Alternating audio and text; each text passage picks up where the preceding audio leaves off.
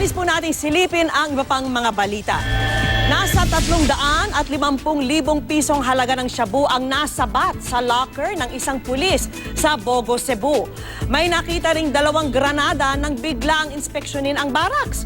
Pinaimbestigahan na ang pulis na nakadestino na sa Dimyao, Bohol. Sinisika pa naming makuha ang kanyang panig. Siyam na silid ng Curimaw National High School sa Ilocos Norte ang nasunog dahil umano sa problema sa linya ng kuryente. Kasamang natupok ang 49 na bagong computer units, mga TV set, laptop at class records. 2 bumbero ang nasugatan at inaalam pa po ang halaga ng pinsala sa sunog na inabot ng 4 na oras bago naapula. Sumuko na ang SUV driver na nakasagasa sa 14 na taong gulang na lalaki sa Davao City nitong Biyernes. Kwento ng suspect na si Ponciano Ligas, hindi niya raw nakita ang nagbibisikletang binatilyo dahil nasilaw sa kasalubong na sasakyan.